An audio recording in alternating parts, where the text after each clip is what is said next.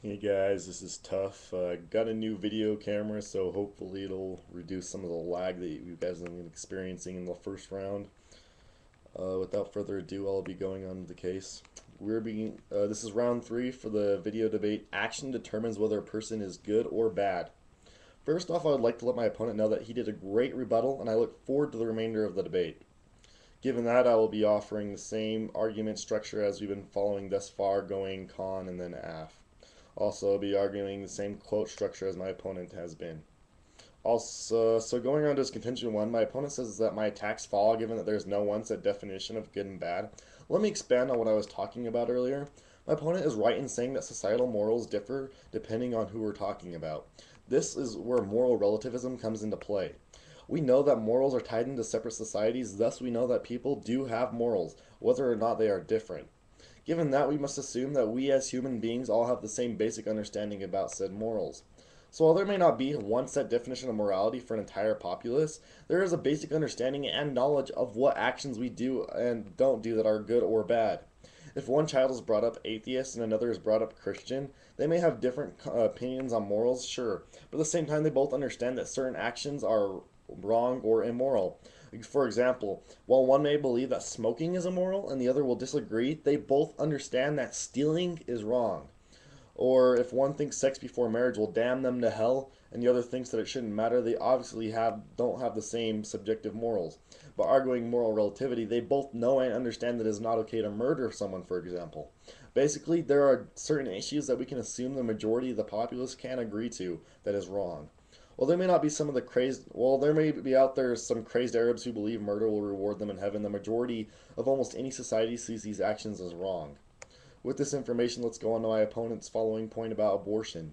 Given as abortion is so controversial, we really can't use this as an example to define morality in terms of good, as it only deals with a broad spectrum. We're trying to argue that action determines whether a person's good or bad, thus, we must be able to judge a person's actions through a scale of what is good comparatively to what was bad. Given that the critiques of abortion view it as bad, there's no good spectrum, even for someone who is pro abortion, isn't going to look at somebody who has had an abortion as anything more than what they are as a normal person and think they're a moral savior or whatnot. Abortion is considered one of those subjective morals along with many other morals. A far better example would be questioning whether giving money to a homeless person would be a potential harm, like whether they could be panhandlers, whether it's right or wrong. That way we have at least a spectrum whether to determine their actions. One side could argue that the intent was moral, while the other could argue that it's feeding into unfairness and judging the actions as building self-esteem for those who don't need it. Going on to his contention too about people detesting the idea of morality, seeing as arguments about morality, the arguments about the definition of morality lie in the contention one, I would like to try to keep this contention from being a repeat argument, so I would like to ask that both debaters keep this contention separate from contention one. My opponent says that the concept of morality is just an idea. This is true, however, what we must analyze is just how powerful that idea is and how it takes significant placement in our day to day lives. The concept of democracy, religion, science, etc., are all really just ideas created by human beings. But what it comes down to is how these ideas are powerful based on the questions they raise. And I think it's safe to say that all the other concepts generally are based off of the idea of morality. We follow any religious practices due to the fact that we believe in doing so will bring good consequences. What's this? Morality. We believe in our political ideas based on what we think will offer a better or good result. This is morality. So yes, morality is just an idea, but while people may detest it, they must realize that at the same time the power the concept has over them and the decision we choose to make every single day to uphold morality. Simply detesting it doesn't change the fact that it is inevitably there. So my opponent says that my attack is irrelevant to what he's actually saying. But really, is what he's saying relevant to the debate? Taking this question into consideration, my opponent is basically saying that people detest the ability to be progressive. And last, going on to my opponent's third contention of all action is neutral, my opponent talks about how the act of giving a homeless guy person money is selfish, thus immoral. Taking this argument into consideration, we can really just see how bad of an example this really is. As I said before, it's not about the intent of the action, it's about whether the person is good or not for doing the said action. Most of the time when a person does a good action, it's not with a willing intent to make that person think they are good. Thus my opponent's example, while extremely unsupportive of his side, widely supports my case. Next, my opponent makes a rather obscure observation of this example. He says that by giving the homeless person money, it prevents another person from giving that person the larger amount. There's a certain concept that comes into play here that I like to define as responsibility. This person still has every available option to support the homeless guy. Thus, the action of giving the homeless guy 50 cents is an indirect rather than direct result of the person who is not giving the homeless guy money. If someone chooses not to give a homeless person money, it is of their own responsibility and doesn't directly affect the prior person. He still willingly gave someone in need money regardless of the intent. Just because the second person chooses not to give the homeless guy money after doesn't mean it should distract the first person's moral image. We can see how my opponent's example now is just turned into more of a wild goose chase rather than actually proving a point. Going on to the expansions attack on my own case.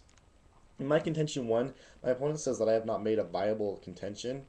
My opponent is assuming that we must accept inevitably that there is no definition to define the terms on. Thus, he is acting as a side constraint to the pro side. This simply isn't fair, seeing as both debaters should be allowed to define their positions in their own ways and make arguments accordingly. Given that, we have to consider that this a dropped contention from my opponent. This contention was extremely important because it talked about the distinct differences between actions and non-actions. Given that my opponent is arguing con, we must assume that he thinks a person must prove whether they're good or bad through other means other than action. However, my point stands because without action, how can we legitimately prove that any intent is to be followed? Again, action works as evidence would for a debate. We need action to prove good intent because we can simply define a person as good without significant action take place first. How can we do this? Again, my opponent has dropped this entire argument, thus we must flow it across. Going on to my second contention.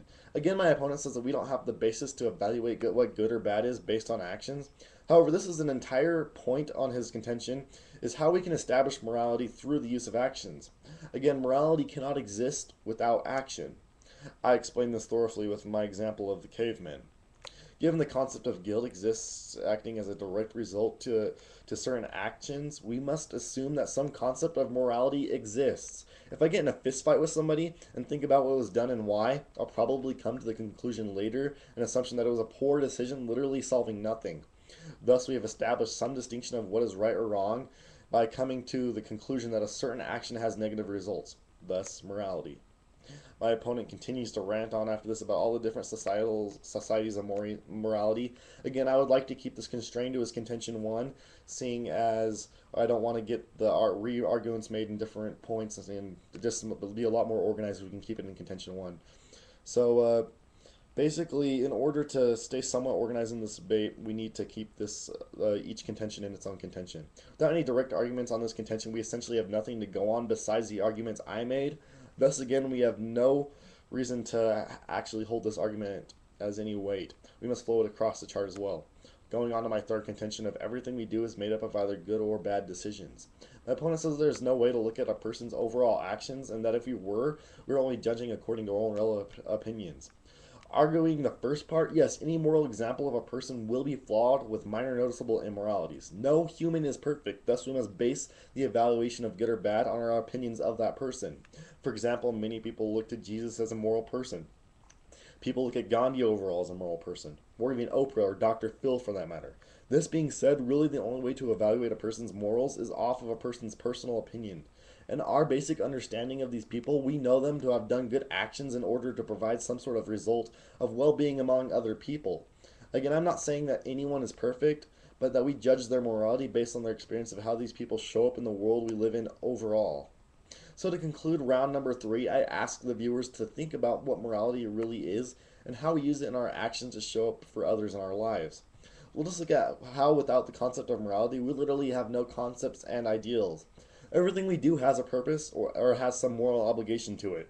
Given that I have followed the structure of this debate and provided clerical and empirical arguments in favor of the resolution, I strongly urge you to vote pro, as my opponent said perfectly at the end of the last round. No, I'm just kidding. But still, please, seriously, vote pro. Again, I would like to thank my opponent for offering great arguments and putting time and effort into this debate such that it can be fun and interesting. I've enjoyed this debate and I hope the viewers do as well. Thank you. Tough out.